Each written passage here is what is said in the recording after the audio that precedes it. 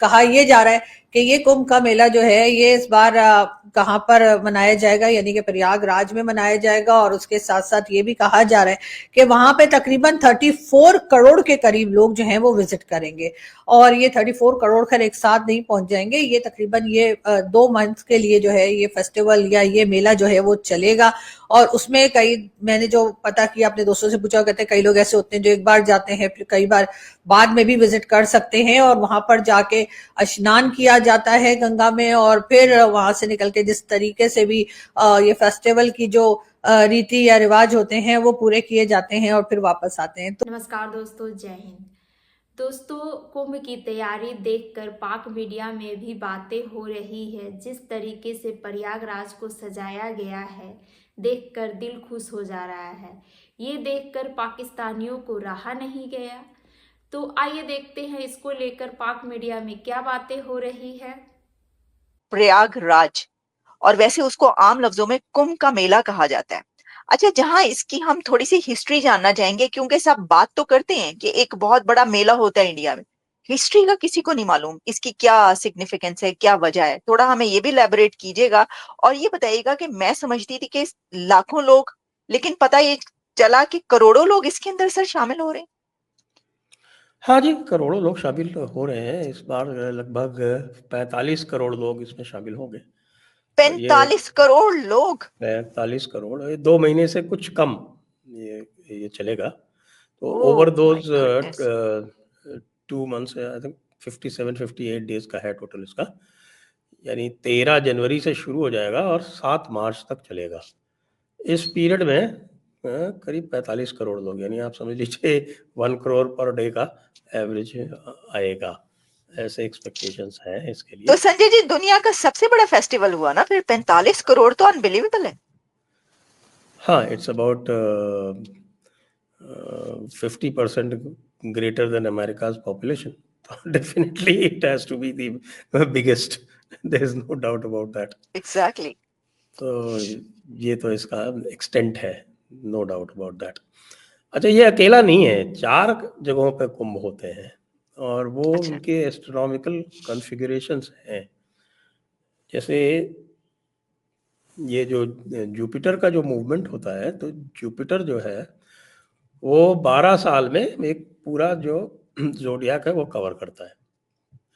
12 साल में zodiac cover करता है। तो उसके हिसाब से जैसे ये जो है, जब टॉरस में आता है, जब जुपिटर टॉरस में आता है तब प्रयागराज का कुंभ होता है। ओके।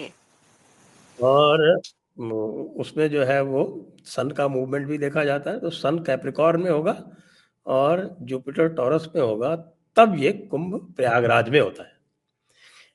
इसी तरह से आपके नासिक में, और नासिक में गोदावरी नदी है वहाँ, और शिप्रा नदी है उज्जैन में।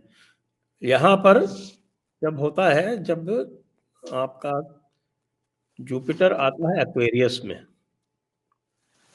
जुपिटर आता है जब एक्वेरियस में, तब तो होता है पहले नासिक में, और जब जुपिटर निकलता है तब होता है उज्जैन में। वो 1 साल का उसमें फर्क होता अच्छा। है। इसी तरह से है आपके इसमें हरिद्वार में होता है। अच्छा। हरिद्वार में होता है, तो वो जुपिटर के अलग-अलग हिसाब से वो होता है। तो ये जुपिटर के मूवमेंट के ऊपर ये अलग-अलग जगहों पे ये होते हैं ये कुंभ। यहाँ जो होता है वो Jupiter in Taurus and Sun in Capricorn, मकर में। तो ये प्रयागराज का कुंभ होता है। और ये है पूर्ण कुंभ। 3 तरह के कुंभ होते हैं। एक होता है अर्ध कुंभ जो 6 साल के पीरियड पे होता है, और ये पूर्ण कुंभ जो 12 साल के पीरियड पे होता है। एक होता है महाकुंभ। महाकुंभ इज 12 साइकिल्स जब पूरे हो जाते हैं पूर्ण कुंभ के, तो वो महाकुंभ होता है। तो इस बार वाला जो होने वाला है वो महाकुंभ है, यानी आफ्टर 144 ईयर्स। ओ ओके। इसीलिए इस बार जो है वो यहाँ पर मेगा क्राउड एक्सपेक्ट की जा रही है। यानी सिर्फ कुंभ नहीं बल्कि महाकुंभ। तो संजय जी, क्या इसमें किसी खास देवता की या भगवान की पूजा की जाती है, जैसे कि हम और फेस्टिवल देखते हैं, दुर्गा पूजा है और इस तरह के काफी होते हैं ना, गणेश के भी एक फेस्टिवल है, तो इसका भी कोई खास वो है या सिर्फ ये जी हाँ, देखिए एस्ट्रोनॉमिकल? पुराणों में कहानियां आई हुई हैं इसकी, और पुराणों की कहानियां जो है वो ज्यादातर सिंबॉलिक होती हैं। अच्छा। तो जिनको देवता कहते हैं हम, तो वो देवता जो है ना, वो actually it's little bit complex, थोड़ा सा मैं कोशिश करता हूँ, हो सकता है जी। लोग समझ जाए। क्योंकि जो भी कहानियां होती है ना, वो कहानियों का इंटरप्रिटेशन जो है वो 3 तरह से होता है। हाँ। If you have to study Vedas, तो वेदास के 5 वेदांग होते हैं। उनके जो वेदांग होते हैं, उनके पार्ट्स होते हैं अलग अलग, उनकी हेल्प से ही आप वेदों को समझ सकते हैं। तो वेद और पुराण या कोई भी जो शास्त्र है, उनको 3 तरह से समझा जा सकता है। और वो 3 तरह से समझा जाता है। उसको कहते हैं कि साहब, एक तो आदि भौतिक, जिसको बोलते हैं लिटरल। भौतिक मीन्स फिजिकल होता है। तो one is your literal meaning. तो जितने भी जो नॉन हिंदूज हैं, वो मोस्टली वो लिटरल मीनिंग को पकड़ के कहते हैं कि अरे ये क्या बकवास है, ये तो सब फालतू की बातें हैं। But there are 2 higher meanings, उसी में हायर मीनिंग्स होती है। एक होती है आदि दैविक, दैट इज डिवाइन, ये मानते हुए कि देर आर डिवाइन बीइंग्स, उसको मान के उसकी एक डिवाइन मीनिंग होती है। और एक होती है जो सबसे जो हाईएस्ट मीनिंग उसकी होती है, वो होती है आध्यात्मिक, that is the spiritual meaning. Hmm. तो ओके। अगर आपको वाकई इसको समझना है, तो you have to go into the spiritual meaning. लेकिन जो उसकी कहानी है, पहले वो कहानी जो है वो ये है कि साहब के देवताओं से एक ऋषि होते थे, दुर्वासा। वो बहुत जो है, उनका काम यही था कि लोगों को टेस्ट करते थे। यदि किसी में उनको देखते थे कि भाई अहंकार हो गया, इसका बहुत ईगो हाई हो गया, तो उसको वो कर्स कर देते थे, श्राप देते थे।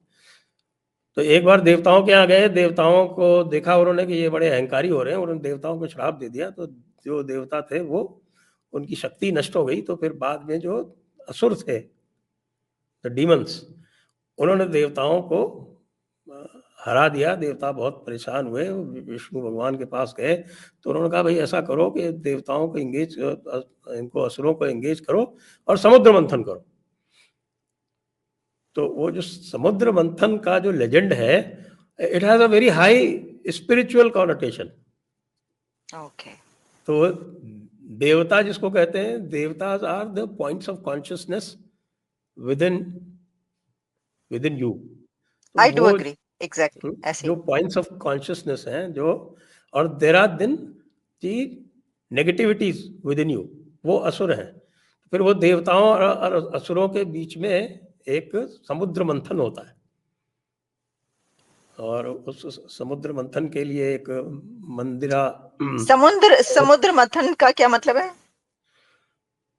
churning of the ocean. So it अच्छा। is a churning of not a normal ocean, it is churning of the cosmic ocean. Okay. वो है, वो churning of the cosmic ocean होती है। तो वो जो churning of the cosmic ocean से 14 रत्न निकलते हैं, जेम्स एंड ज्वेल्स। तो वो जेम्स और ज्वेल्स में जो बाद में सबसे लास्ट में, शुरू में उसमें विष निकलता है। विष मीन्स पॉइजन। वो पॉइजन जो है, तो यूनिवर्स को डिस्ट्रॉय कर देता है। उसको शंकर जी ने अपने कंठ में, अपने नेक में उसको धारण कर लिया, तभी that is why he is called Neelkanth.